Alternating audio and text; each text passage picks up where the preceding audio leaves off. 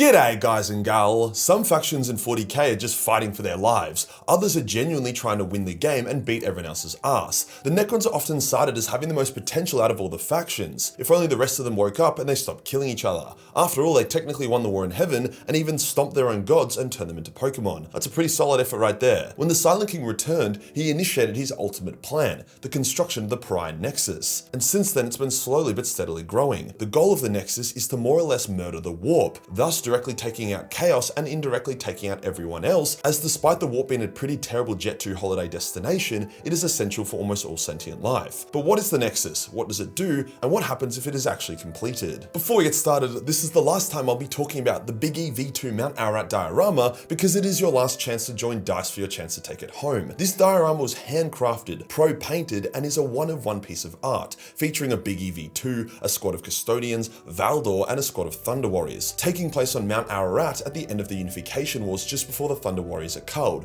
All the models are magnetized so you can take them off the diorama, play them in games, and then put them back onto display. We also have some insane runner-up prizes, including this Horus vs Emperor diorama created in an old retro style. That's right, 2 dioramas in the one giveaway, a 1/6 Biggie valued at $2,000, a 1/12 Biggie valued at $750, and a pre-painted Biggie valued at $500. For some of these prizes, all members will count as one entry from bronze all the way to mythic, so as a bronze member you have just as much chance as taking something home as some of the whales. This is our biggest giveaway by far, and you can enter it by either joining one of 6 DICE membership tiers, which will also give you access to a private Discord server where we discuss the hobby and share tips and tricks on diorama building, discounts at affiliate brands, and more. If you just want to enter this giveaway without the commitment, you can also pick up a one-time membership boost, which is stackable with each other or your DICE membership, or just get it by itself. Every single dollar DICE makes goes back into the business. I have not taken a single dollar out of it at all, and I don't plan to. It can only continue with your guys' support, as building big fuck-off epic dioramas ain't cheap, nor is giving away thousands of dollars of Warhammer. So please consider joining, even if it's just a one-time bronze boost for this giveaway. Winner will be announced on Sunday's live stream, and there will be special rewards for those that choose to join the live stream as well. Link will be below. Today we'll go over the Pariah Nexus, what happens if it's completed, and why the Silent King is building it in the first place. Let's get into it. The Silent King was the OG ruler of the Necrons. He led them in the war in heaven against the Old Ones and Eldar, and then again against their Catan overlords. He then sent them to sleep, freed them from his command module, which allowed him to control all of them, and then he went into exile, exploring the galaxy and beyond for 60 million years. Partially as penance for where he'd led his people to, but partly because he wanted to understand the universe more. He returned at the time his people were due to wake up, and while many have flocked to his banner, many other Necrons oppose him, such as Imhotep. Originally, the Silent King wanted to return his people to flesh, blood, and soul, reversing biotransference, as despite the gifts they have gotten from becoming Necrons, they all feel his oppressive emptiness. This is why the Silent King was so against the Tyranids. If the Nids ate all sentient life, then the Necrons would have no material to use to return to flesh and blood. However, some Necrons want to remain as they are, so it's created a bit of a schism and is the main point of contention within the various Necron dynasties. The galaxy was also way too volatile to attempting to start biotransference off the bat. The Necrons had to dominate first. So the Silent King begun his ultimate plan, create a null zone that more or less kills the warp within it using Necron pylons, similar to the ones around Cadia, and then grow the null zone until it encompasses the galaxy, making the entire galaxy a null zone.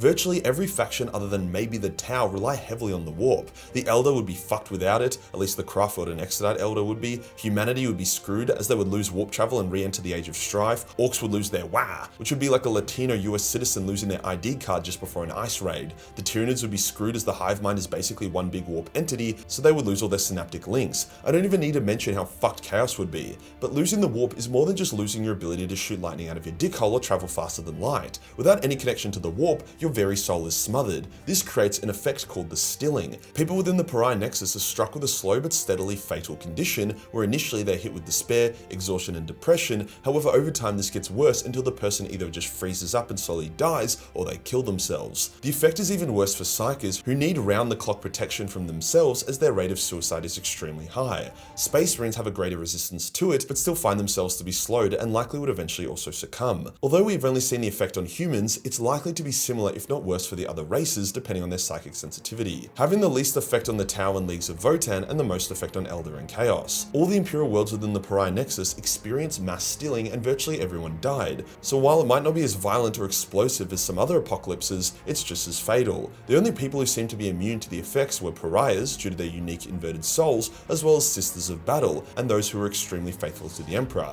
The Sisters' immunity confused the Necrons, as it was often thought that faith in the Emperor and the protections that brought were manifestations of the Emperor's power via the warp. But the fact that the faith, power, and its aura of anti-stilling it provided seemed to not work through the warp, at least not directly, implies that the Emperor's power may be something entirely different and even purer, a new unknown source of power, free of taint, risk, or corruption. This is further proven by the Emperor's flaming sword Guilliman wields. If it only drew power from the warp, it would not ignite within the Pariah Nexus, but it still does, and it still has its supernatural properties. The Sisters radiated an aura of anti-stilling around them, so the less faithful near them also became immune. Black Templars and preachers who were also high in the faith department had a similar ability. There were also other workarounds for the Pariah Nexus. Vashtor was able to invade with his Dark Mechanicum forces despite the anti-chaos nature of the Nexus, likely using some kind of anti-warp technology. Chaos has bullshit hacks after all. So as we can see, the Pariah Nexus isn't just this Exodia insta-win play. It takes up a very small segment of space, is getting countered by Chaos, the Imperium, and even other Necrons, and to expand it, massive expensive Blackstone pylons have to be built and installed on various worlds, which as the Nexus would grow, would stretch the Necron forces thinner and thinner,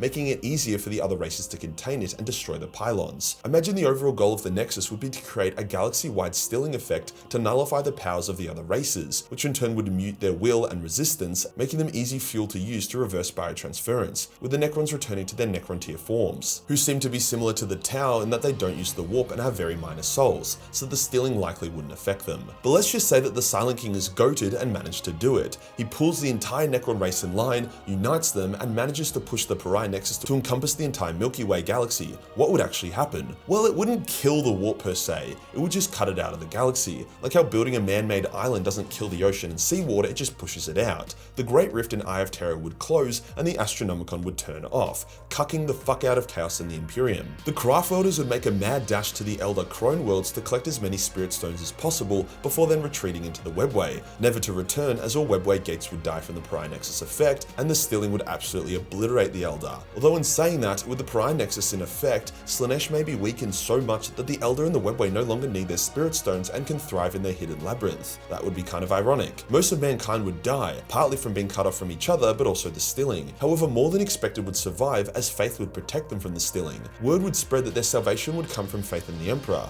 with many people embracing it, potentially empowering the Emperor further and allowing him to shield terror from the stilling. Likewise, although Chaos would be weakened, there would be Chaos artifacts and characters like Vashtor and Perturabo who would come up with ways to counter the Nexus. Maybe making anti-warp pylons, so there'd be like inverse Pariah Nexuses in the galaxy, pockets of space where the warp could thrive, which again would be ironic. The Tau would continue on, mostly unbothered, although many of the other races in their empire would die out. Belisarius Core would also come up with some countermeasures to stop the stilling effect that didn't just include faith. The Tyranids would be fucked. They don't have technology or faith. All Nids within the Milky Way would go feral and would be easy pickings. However, future invasion fleets would still arrive and invade at the borders of the Pariah Nexus, attempting to destroy world by world to work their way into the galaxy slowly. There's also a very good chance they would eventually adapt to the stilling. Orcs would be super screwed. Cut off from their wah, they would lose their fightiness and die of boredom. The stilling would hit them hard, so a complete Pariah Nexus would knock the Orcs and Elder out of the game, either through extermination or exile. It would push the Imperium and Chaos from being the dominant place to now fighting for survival, using desperate methods, whilst the Tyranids would be forced out of the galaxy, most likely resulting in a direct war between the Necrons and the Nids that would likely end with the Nids packing shop and searching for a different galaxy to consume.